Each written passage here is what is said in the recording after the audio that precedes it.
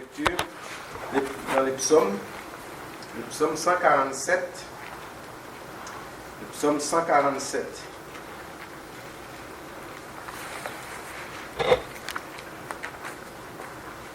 Psaume 147, nous allons lire à partir du verset 2, du verset 6. Et j'ai intitulé ce message « Blessures internes ». Blessures internes.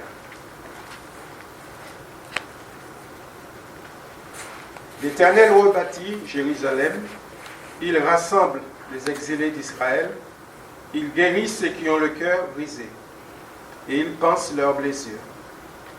Il compte le nombre des étoiles et leur donne à toutes des noms. Notre Seigneur est grand, puissant par sa force. Son intelligence n'a point de limite. L'Éternel soutient les malheureux, il abaisse les méchants jusqu'à terre. Amen. Amen. Et nous pouvons faire une deuxième lecture, si vous voulez bien, dans l'évangile de Luc. Nous connaissons bien ces préférences. Donc Luc chapitre 4. Luc chapitre 4 et nous allons lire à partir du verset 18. Luc chapitre 4, verset 18. L'Esprit du Seigneur est sur moi, parce qu'il m'a oint pour annoncer une bonne nouvelle aux pauvres. Il m'a envoyé pour guérir ceux qui ont le cœur brisé, pour proclamer aux captifs la délivrance et aux aveugles le recouvrement de la vue, pour envoyer libres les opprimés, pour publier une année de grâce du Seigneur. Ensuite, il roula le livre et remit au serviteur et s'assit. Amen. Amen. C'est vrai que quand nous lisons ces versets, et surtout le dernier verset de cette parole, nous avons tendance à les lire souvent dans les réunions d'évangélisation. C'est vrai, une année de grâce, c'est-à-dire que c'est une occasion que Dieu donne à chaque fois pour montrer aux âmes, déjà pour nos chrétiens, que la porte elle est toujours ouverte, le salut, pour ce qui concerne le salut. Cette porte-là, quand Jésus reviendra, à un moment donné, il va le fermer. Ce ne serait plus possible de donner son cœur à Dieu. Et c'est vrai, l'année de grâce, c'est une occasion. Et comme je disais, ce n'est pas parce que c'est un moment c'est un culte, que le Saint-Esprit n'est pas là, que le Saint-Esprit ne peut pas agir dans un cœur, il peut le faire. Et le Seigneur, c'est vrai, veut ce matin nous parler de la blessure interne. Vous savez que quand on parle de la blessure interne, cela ne veut pas dire qu'on ne vit pas pleinement sa vie avec le Seigneur. Cela ne veut pas dire qu'on n'est pas en Jésus, qu'on ne marche pas avec lui. Mais il y a des blessures internes. Vous savez, il y a des cicatrices, des plaies que nous avons eues, puis c'est cicatrisé, mais ça reste douloureux. Ça reste douloureux. C'est comme si, pour nous rappeler un peu ce qui nous est arrivé, c'est pour nous rappeler un petit peu le passé, ce que nous avons eu, comment que le Seigneur là où nous a retirés. Mais aussi, il y a des plaies, c'est un peu les conséquences de ce que nous avons connu avant de connaître le Seigneur. Là où nous avons mis les pieds, vous savez, il y a des choses, des maladies qu'on pourrait attraper, même dans le monde. Nous avons eu des fractures et c'est cassé, malgré, c'est pas parce que je me suis donné mon cœur au Seigneur que cette cicatrice-là, il est parti, il va s'en aller. Donc ça reste. Donc vous savez que le Seigneur, il parle, c'est vrai, de blessures intérieures. Des blessures que personne ne peut voir. Des blessures que, je dirais que même nous, parfois, nous l'oublions. Mais la parole de Dieu peut nous le rappeler, aussi ces blessures, ou même ça vient en nous, parce que ça nous empêche d'approfondir vraiment dans le plan de Dieu. Ça nous empêche d'aller plus loin avec Dieu. Mais vous savez, ce matin, je veux vous dire une chose, c'est que le Seigneur peut guérir les blessures internes. Dieu peut guérir les blessures internes. Ce qui nous fait souffrir, des choses que peut-être que les autres ne savent pas, que ne voient pas, mais Dieu voit. Amen, que Dieu voit. Et c'est vrai que l'Éternel, comme il est dit, rebâtit Jérusalem. Dieu seul peut rebâtir et reconstruire un cœur. Il peut reconstruire une vie. Mais nous savons même, après la conversion, il pourra avoir, c'est vrai comme je disais, des cicatrices, des choses qui restent, des blessures internes et qui peuvent être présentes, qui peuvent être douloureux. Vous savez, il y a des gens qui repassent toujours le passé. Toujours le passé. Et le passé, il revient toujours. Mais je dirais, il y a des choses qui n'ont pas été guéries. Il y a des choses qui n'ont pas été guéries. Vous savez, quand le Seigneur intervient dans un cœur, nous savons, c'est vrai qu'il fait le ménage. Amen. Le Seigneur fait le ménage. Parce que Jésus ne peut pas cohabiter. Si la place est prise, le Seigneur ne peut pas y être. Donc quand il arrive dans un cœur, il fait le ménage. Il enlève toute puissance, il enlève tout. C'est pour cela qu'un chrétien ne peut pas être possédé. Parce qu'il ne peut pas, le diable ne peut pas vivre en lui, c'est faux. Ça, il faut l'enlever, ça complètement. Parce que la place, il faut qu'il soit vide. Quand il est vide, Jésus prend la place. Par contre, si Jésus y est, le Satan n'a plus sa place. Parce qu'il ne peut pas cohabiter. Amen. Donc voilà, il y a des choses que nous devons comprendre, qu'on peut avoir des blessures qui, dans nos vies, dans le passé, des choses qui n'ont pas été bien guéries en profondeur, qui peut être guéries partiellement, que nous pensons être guéries, mais que nous ne prenons pas la victoire. Donc nous allons parler, je désire vous parler de quelques blessures internes ce matin, en m'appuyant sur plusieurs exemples de la parole de Dieu, selon la pensée que Dieu a mis sur mon cœur. Premièrement, nous parlons des blessures. Vous savez, le prophète Jérémie,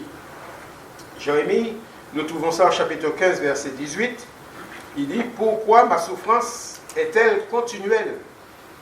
Pourquoi ma plaie est-elle douloureuse et ne veut-elle pas se guérir?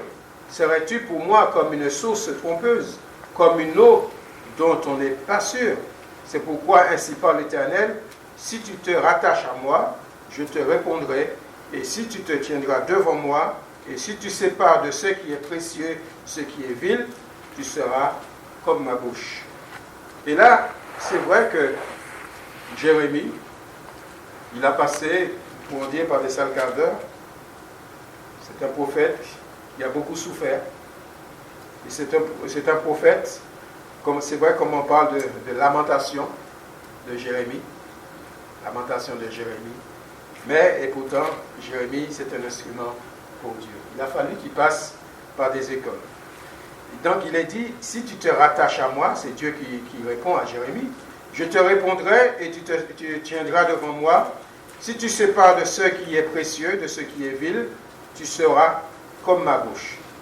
Et c'est vrai, frères et sœurs, lorsque nous lisons le livre de Jérémie, je vous invite à le lire, nous constatons le peuple, le déchaînement du peuple à l'égard du prophète. Nous voyons aussi le complot, la complainte contre sa personne.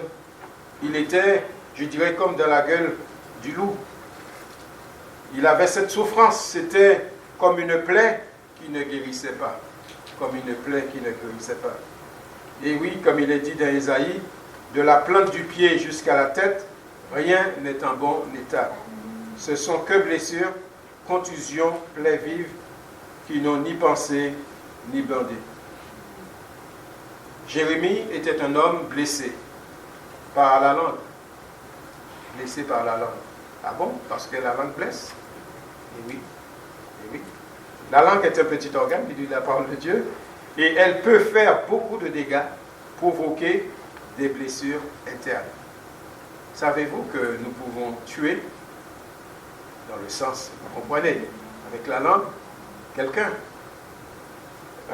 C'est pour cela que c'est important, frères et sœurs, que notre langue soit sanctifiée, purifiée par le Seigneur. C'est vrai que la parole de Dieu nous dit tout simplement que nous devons dire les bonnes choses. Nous devons des paroles d'assaisonnement, assaisonnées de sel, des paroles de grâce à nos frères et nos sœurs, des encouragements, des choses qui tirent vers le haut, mais pas vers le bas. Et c'est important cela. Donc Jérémie, c'était un homme blessé. Blessé par la langue. Et c'est vrai, la blessure se referme, mais c'est toujours là. De même, la langue est un petit membre, et elle se vante de grandes choses. Voici comme un petit feu peut embraser une grande forêt. La langue aussi est un feu, c'est le monde de l'iniquité. Amen. Donc c'est vrai cette proposition que Dieu, je dirais cette solution que Dieu veut donner à Jérémie. Il dit, si tu te rattaches à moi. Donc il faut revenir vers Dieu, il faut s'attacher à Dieu. Et la deuxième, si tu sépares ce qui est précieux de ce qui est vil, donc peu de valeur. Vous savez, dans la vie des chrétiens, il y a des choses que nous croyons que c'est bon et nous mettons de côté. Mais il y a des choses qui ont peu de valeur aux yeux de Dieu. Vous savez, il y a parfois nous chargeons. Nous mettons dans nos sacs à dos plein de choses. Mais parfois, ces choses-là, c'est inutile, on n'en a pas besoin. On n'a pas besoin. Donc on se charge des choses, on se fatigue. Et oui, il faut se séparer des choses précieuses, des choses qui est viles. Donc Dieu lui promet une réponse tête à tête. La réponse tête à tête, c'est vrai quand nous passons par des moments difficiles dans nos vies, quand nous sommes arrivés dans ce stade comme Jérémie, ballotté de tous côtés, sous le plan familial, dans l'incompréhension, eh bien, c'est tête à tête, nous devons le faire avec Dieu. Nous ne voulons pas nous confier à l'homme. Dans la parole de Dieu nous dit, ne confiez pas à l'homme. L'homme ne peut pas apporter la solution à l'âme. Tout ce qui concerne l'âme, l'homme ne peut pas résoudre ce problème. Il n'y a que Dieu seul. Il n'y a que Dieu seul qui peut guérir notre cœur. Donc tu te tiendras devant moi. Et c'est une tête à tête. Et ce matin, et c'est vrai, nous sommes là, la parole de Dieu est annoncée. Et ce que je peux vous conseiller, c'est d'avoir cette tête à tête avec Dieu. Nous qui passons peut-être par des moments très difficiles, toujours ne pas ignorer cette tête à tête, cette relation, cette communion avec Dieu. J'ai besoin de retrouver mon Seigneur tous les matins, ou tous les soirs, je ne sais pas comment vous êtes disposés, mais nous devons avoir ce moment avec lui. Car je serai, qui nous dit la parole, je serai avec toi pour te sauver et te délivrer. La deuxième blessure, c'est un homme, donc Lémec. Et lui, nous trouvons cela dans Genèse 4, 23. Il dit, j'ai tué un homme pour ma blessure et un jeune homme pour ma meurtrissure. Lémec c'était un homme blessé aussi. Lorsqu'on retrace sa généalogie, donc on voit qu'il est descendant de Caïn, que Dieu avait dit, tu seras errant, vagabond sur la terre. Sa blessure, il y avait deux crimes. Vous voyez parfois, ça c'est la vie passée, on peut faire beaucoup de choses, des choses qui sont mal, mais voilà que le Seigneur, il vient dans nos cœurs, il pardonne nos péchés, on n'en parle plus. Ah oui, le Seigneur a sauvé des criminels, là, et il en sauve encore.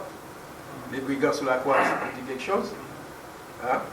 Et pourtant, il y a des blessures que personne ne peut voir, ni guérir, qui pèsent et qui fait mal de l'intérieur. Des cicatrices, je dirais, marquées par la vie, par nos passés, c'est des séquelles, mais pour l'Éternel, il peut guérir les blessures internes, le plus caché. Ça, c'est une parole que je veux laisser ce matin, qui puisse graver tout le passé qui vient dans nos têtes, nous embêter. Dieu peut nous en délivrer, Dieu peut le guérir. Amen. Dieu peut le guérir. Il n'y a rien d'impossible à Dieu. Nous pouvons poser cette question, mais le Seigneur, quand il touche, quand nous l'avons rencontré, il nous a délivrés. Oui, bien sûr.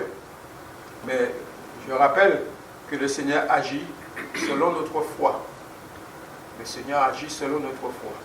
Si nous sommes disponibles à ce moment-là, le Seigneur fait le miracle dans nos cœurs. Mais si nous gardons une partie, le Seigneur ne peut pas agir en profondément. Donc parfois, le Seigneur dit, il veut toute la place. Toute la place. Mais il y a des choses qui dans nos vies, dans nos cœurs, qui nous embêtent, qui nous gênent dans nos vies spirituelles. Et Dieu est capable de l'enlever. Dieu est capable de l'enlever. Donc faisons-lui confiance, frères et sœurs. Et comme nous l'avons chanté, déchargeons, déposons nos fardeaux aux pieds de notre Seigneur. Ne le reprenons pas, déposez. Et cette troisième blessure, nous connaissons cet homme qui s'appelle Méphibosheth, le fils de Jonathan. Il avait 5 ans lorsque son père Jonathan et son grand-père Saül sont morts le même jour. Ils sont morts le même jour. Pensez, un enfant de 5 ans qui voit son père, son grand-père mourir. Il ne faut pas croire que ça va rester comme ça, sans réagir. Un enfant de cet âge-là, il est perturbé. Et oui. Et, comment dirais-je, nous avons cette référence de Samuel 31:2 qui dit « Les Philistins poursuivirent Saül et ses fils et tuèrent Jonathan, Abinadab, et fils de Saül. » Et quelques années plus tard, là nous voyons le troisième personnage qui est David. David cherchait à faire du bien à un membre parenté de Saül. Nous le trouvons ça dans 2 Samuel chapitre 9, verset 3. Le roi dit, n'y a-t-il plus personne de la maison de Saül pour que juge envers lui de la bonté de Dieu? Et Ziba répondit au roi, il y a encore un fils de Jonathan perclus des pieds. Après tout, les propositions du roi David, Méphibosheth répondit, verset 8, qu'est ton serviteur que tu regardes comme un chien mort tel que moi. Vous savez, pour lui, il ne valait rien. C'était terminé. Lui, il disait, moi, je ne vois rien. Qui voudra de moi? Pourtant, il ne me reste plus rien, j'ai plus mon père, j'ai plus de descendants, j'ai plus rien. Sans doute, il avait cette blessure au-dedans de lui. Il a su pour son grand-père, comme je disais, qui poursuivait David pour le tuer. Et puis la mort de son père à l'âge de 5 ans. Et en plus, il était boiteux des 2 pieds. Et puis l'invitation et le rétablissement au sein de la famille royale. David voulait le faire du bien au nom de Dieu. David voulait le faire du bien. Car je vais te faire du bien à cause de Jonathan ton père, je te rendrai toutes les terres de Saül que tu mangeras toujours à ma table.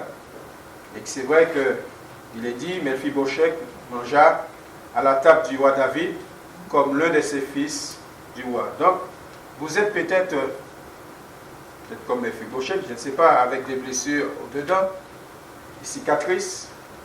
Vous vous considérez peut-être comme un chien mort, une valeur, comme un problème irréversible.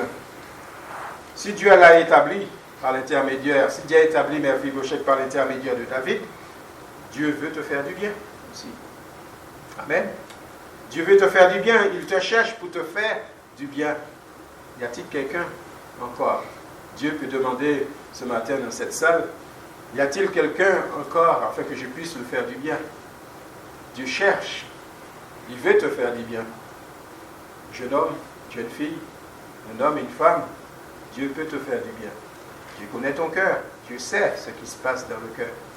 Nous ne le savons pas, mais Dieu voit et Dieu sait. Donc Dieu veut te faire du bien. Alors saisis l'occasion, il te cherche pour te faire du bien. N'êtes-vous pas, nous pouvons dire, n'êtes-vous pas des fils et des filles du roi? Des fils et des filles du roi. Jésus nous invite à manger à sa table. Amen. Amen. Nous sommes les enfants de Dieu. Nous ne sommes pas n'importe qui, frères et sœurs. Nous ne sommes pas des étrangers. Nous sommes les enfants du roi. Et c'est vrai qu'il est dit, il est confirmé dans ce verset, 1 Pierre chapitre 2 verset 9. Vous, au contraire, vous êtes une race élue, un sacerdoce royal, une nation sainte, un peuple acquis, afin que vous annonciez les vertus de celui qui vous a appelé des ténèbres à son admirable lumière. Il ne parle pas que pour le peuple d'Israël, pour le peuple élu, mais il parle pour le peuple universel qui est passé des ténèbres à la lumière. C'est comme ça, nous sommes passés des ténèbres à la lumière, frères et sœurs. Amen. Nous sommes nés de nouveau en Jésus. Et nous arrivons, c'est vrai, à la blessure de Joseph. Vous voyez Joseph? Tout d'abord, il était fils de Jacob et de Rachel. Nous le savons, nous connaissons notre Bible. Il était l'enfant préféré de son père. Donc nous trouvons cela dans Genèse 37, verset 3. À cause de cela, ses frères l'aimaient. Non. Il fut haï par ses frères. Ah oui, parce que je ne sais pas si ça existe encore aujourd'hui, les chouchous. Non? Mais on rigole, mais sans faire attention. J'ai eu 5 enfants. Mais sans faire attention, on peut se pencher d'un côté d'un enfant en fonction de son caractère. On peut dire, tiens, celui-là, c'est ma petite fille, c'est ma fille-fille. Oui, on a tendance à se pencher un petit peu plus. Mais les autres s'observent. Vous savez, moi, quand j'étais enfant, quand j'étais de l'âge de 8 ans, je ne voyais pas l'importance. Mais quand je commencerai à avoir 13, 14, 15 ans, je commençais à analyser les choses. Mon beau-père qui aimait plus son enfant que moi, ça je le voyais. Ça je le voyais et ça faisait beaucoup mal. Les personnes, je ne le disais pas cela. Mais ça me faisait beaucoup mal à l'intérieur. Parce qu'on est comme si on est rejeté, qu'on n'est pas reconnu. On pensait, et maintenant on s'est se trompé, trahi. Et c'est vrai, frères et sœurs, la jalousie, les préférences, les préférés. Tous nos enfants, il faut qu'ils soient en terrain d'égalité. Nous aimons tous pareil. C'est nos enfants. Si on donne à l'un, il faut donner à l'autre. C'est l'égalité. Amen. Amen. Et Dieu, c'est comme ça. Dieu ne préfère pas un plus que l'autre. Dieu aime tous. Tous les autres, Dieu aime. Et c'est vrai, il est dit Israël aimait Joseph plus que tous ses autres fils, parce qu'il avait eu, bien sûr, il y a cet argument parce qu'il avait eu dans sa vieillesse, il lui fit une tunique de plusieurs couleurs, mais ses frères virent que leur père l'aimait plus qu'eux, tous, ils le prirent en haine, ils ne pouvaient lui parler avec amitié. Ils le prirent en haine.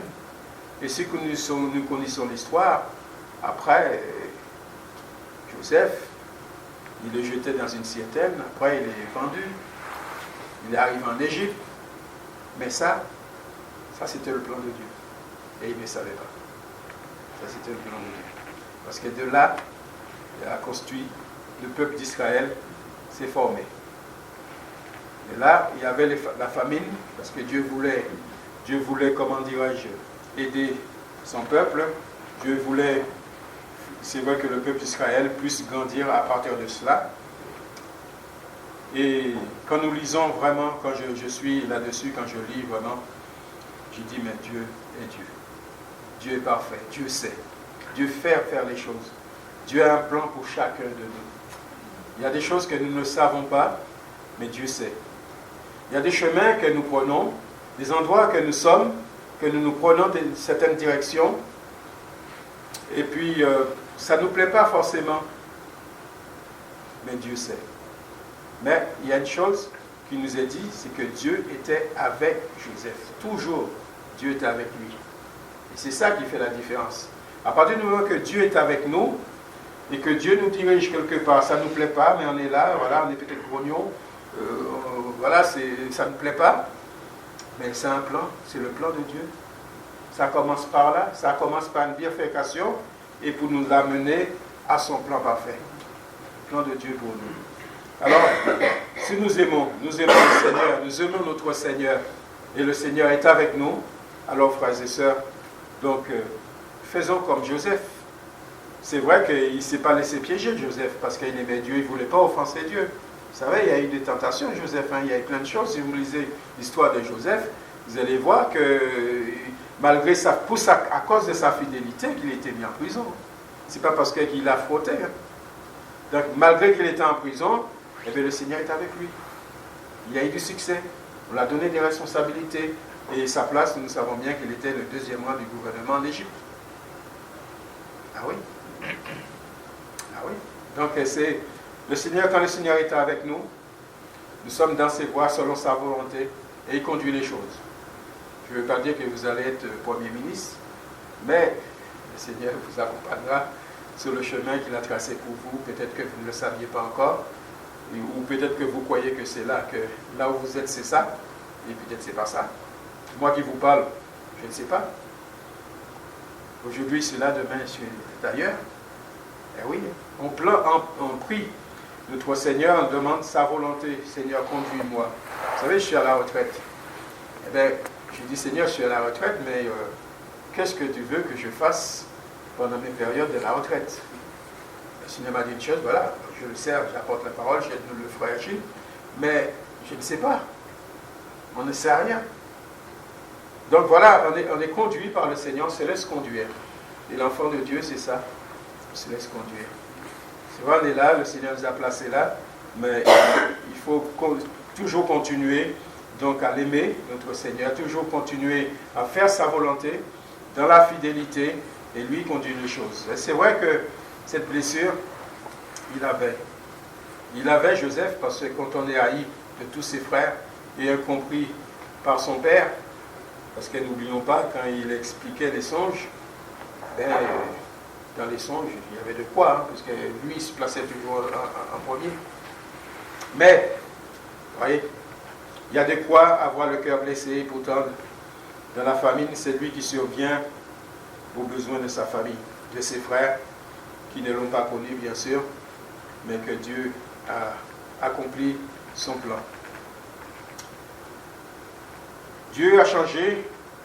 Quand nous regardons, nous lisons pour Joseph, nous pouvons dire que Dieu a changé le mal en bien. Dieu change le mal en bien. Et c'est ça que Dieu veut faire avec chacun de nous. Changer le mal en bien. Vous savez qu'on peut être dans des situations très compliquées, des situations très difficiles, que nous avons été trahis. Prenons l'exemple, Dieu a changé le mal en bien pour ce qui concerne Joseph. Dieu veut le faire pour toi. Dieu peut le faire pour vous. Amen. Vous le croyez? Il faut le croire. C'est selon notre foi. Tout marche avec la foi. Voilà, donc nous pouvons continuer. Je pourrais continuer, frères et sœurs, à parler des blessures. Nous voyons les blessures de Daniel aussi, parallèle ressemblance avec Joseph. Et oui. Et malgré cela, par la fidélité de Daniel, qui l'a amené dans la fosse au lion, ses compagnons, nous savons, dans la fournaise, etc.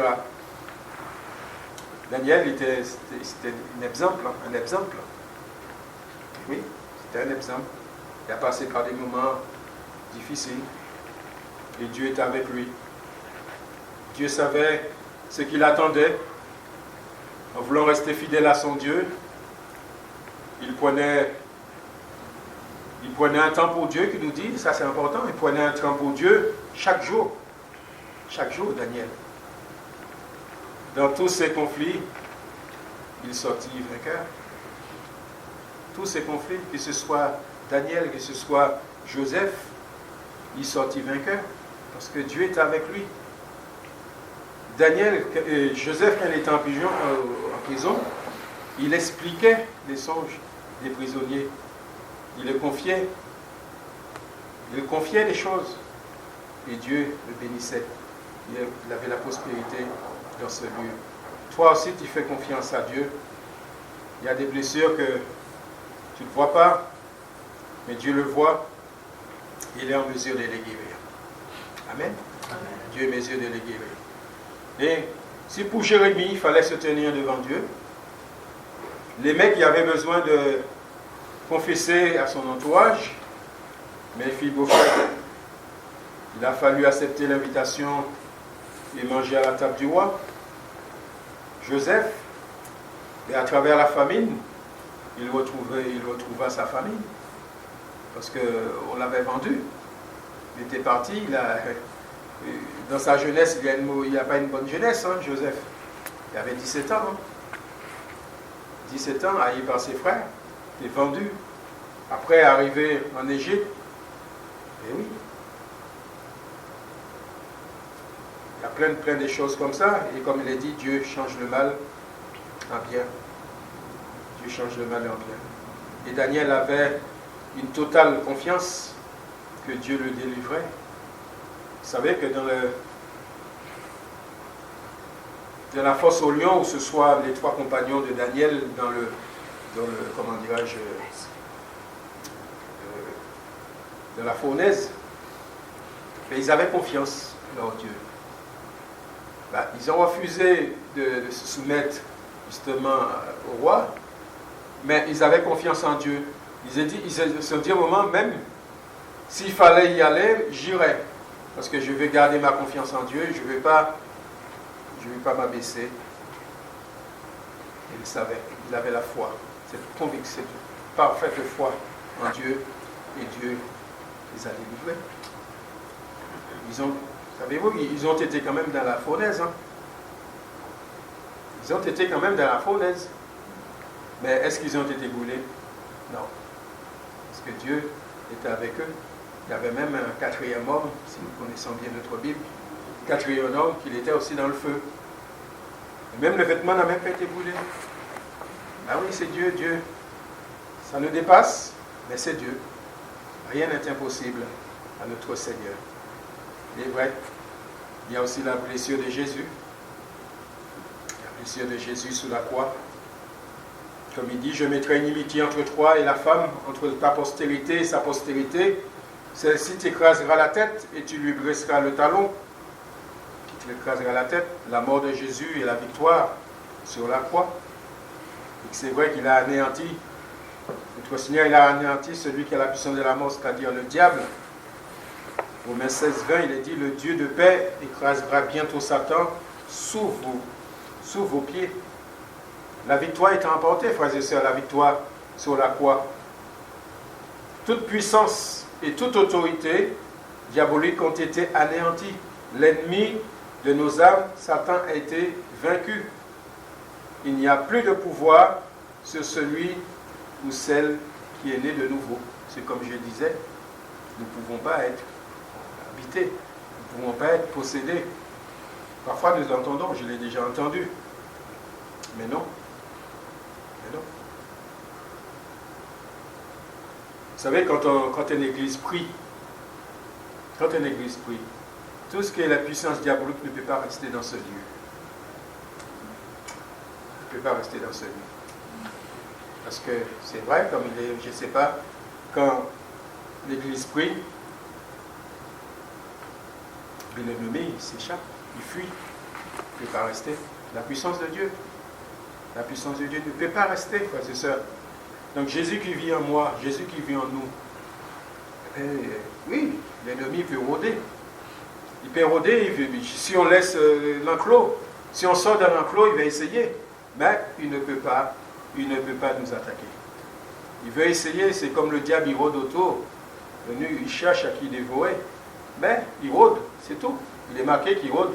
Il n'est pas marqué qu'il est entré dans l'enclos pour nous dévorer. Hein.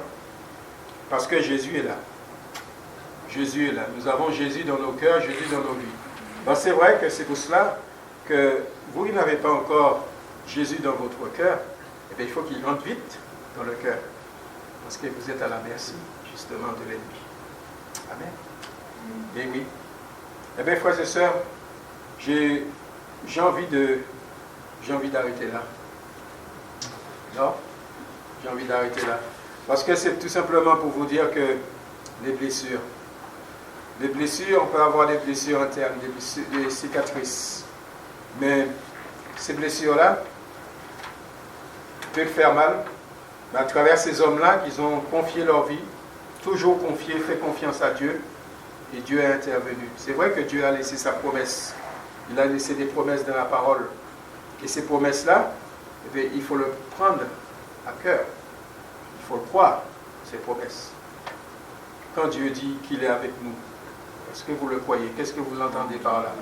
Quand Dieu est avec nous, eh bien, Dieu est avec moi, non seulement quand je suis à l'église, il est avec moi quand je suis chez moi. Il est avec moi quand je suis au travail. Il est avec moi quand je vais faire mes courses. Il est avec moi quand je traverse une rue peut-être dangereuse. Mais Dieu est avec moi.